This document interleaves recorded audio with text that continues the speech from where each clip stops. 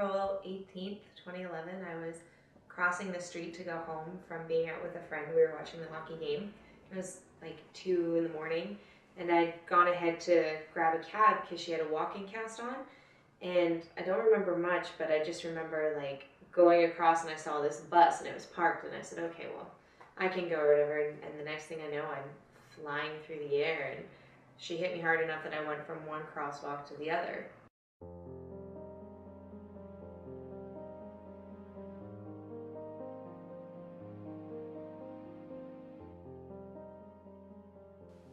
And my friend came up and she's freaking out, and I'm going, stop, stop. And she's like, what? I'm like, are my legs moving? And she's like, what? I'm like, are my legs moving? And she's, no. And I said, okay, now you can freak out. What had happened was she hit me in my neck and I broke it in 3 places, and it damaged my spinal cord. All I could do when I woke up was move my arms up and down. Everything else was completely paralyzed, and I had over 200 stitches in my head and down the back of my neck, and they took bone from my hip and fused my vertebrae together, my C5 and C6, I believe, and they put a rod and 2 plates and a couple screws in my neck, and yeah, when I woke up, I thought it was a bad dream. I wouldn't open my eyes, and then I did, and I see my mom on one side, and I see my dad on the other, and my mom lives in Pitt Meadows, and my dad lives in Terrace, BC, so that's like 17 hours away, and I'm looking at them, and I'm like, oh crap, it must be really bad if you two are in the same room over me, like this can't be good. At one point in the ER though, I had said to her, she's like, it's gonna be okay, and they wanted to take me into surgery, and I kept saying, I can't feel my legs, I can't feel them, and she's like, it's okay, and I said, Mom, you have to kill me, like, I can't deal with not being able to walk, being able to walk for 22 years and never again, and all she said was, we'll deal with it in the morning. And the doctor, my sleep was really screwed up at that point, like I was in pain, I couldn't sleep, I could sleep, it was off and on every couple hours, and he wakes me up at 6:30 in the morning after I had maybe an hour of sleep, and I was cranky, and he's like, okay, so, are you feeling this, are you feeling that? And I said, no. Any movement? No. And he said, okay, you need to accept this. And I just told him to get out. I was like, no, go away. My dad's like, Chelsea, be nice. I said, no, you don't know. You can't possibly know, and I am not going to listen to you. I wanted to sing, and musical theater was a huge part. It was a running, not a joke, but a running plan with my friend Ryan that we were just gonna up and leave to New York. We don't care if we had to live in a studio apartment and starve. We were gonna go to New York, and we were gonna do what we had to be on Broadway.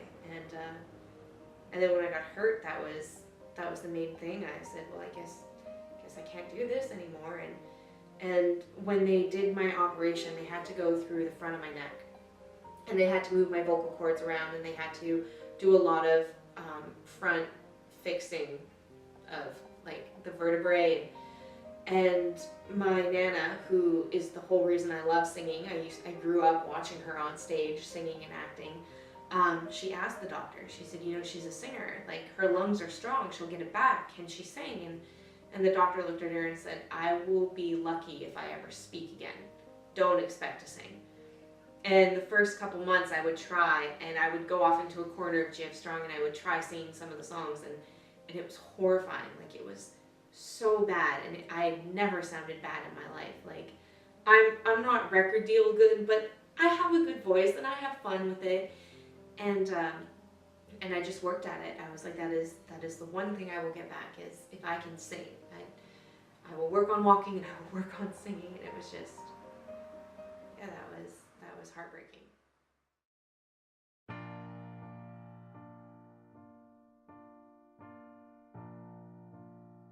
It was an amazing feeling. I joke because my nephew was learning how to walk at the same time, and so I was like, it's a race now. Come on, kid, like, let's go. And I cried.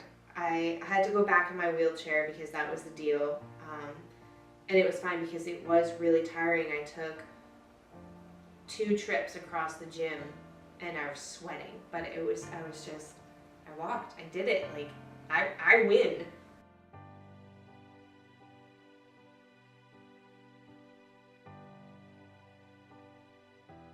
Alan's deal was, you come back, I will carry you across the stage if I have to, but we will take you back.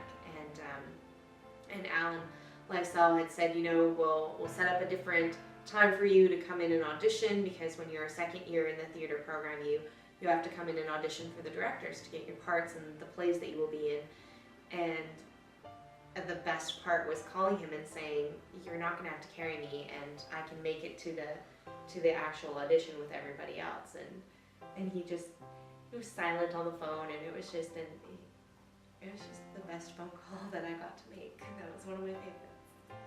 My dreams are still acting and singing and being involved in the art community, but they've kind of adapted to my new lifestyle, which is I really want to start a not-for-profit theater company, and I want to do a play where you always have one main character with a disability. Whether it's, what I really wanted to do for the first one was take something like The Scarlet Letter, and instead of it being about adultery, I want the letter to be D, to talk about disability and how a person's life is, you basically feel, and I feel sometimes, that I'm wearing this giant D around my neck.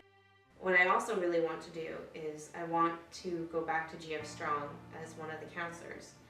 And I want to be able to work with people that are in my situation. And because I get it, I see the looks on their faces when I go back for checkups or something, and I go, I know exactly where you are with that. I know exactly what you're feeling when you give me that look. And you're either angry at your physio, or you're angry at life, or you're angry because you can't feel anything, and you're young or you're old, and you're thinking, great, I have to depend on somebody forever now. And I just want them to know, I get it. I know how you're feeling, and there are ways to deal with this. So the one thing that I'm adamant about, regardless of what they tell you, you know your body. You know what you're capable of, and if you're willing to push it, you will get farther than anybody thought you would.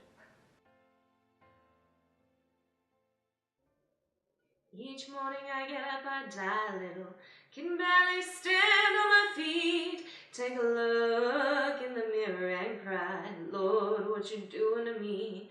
I've spent all my years in believing you, and I just can't get no release. Lord, somebody, can anybody find me somebody to love?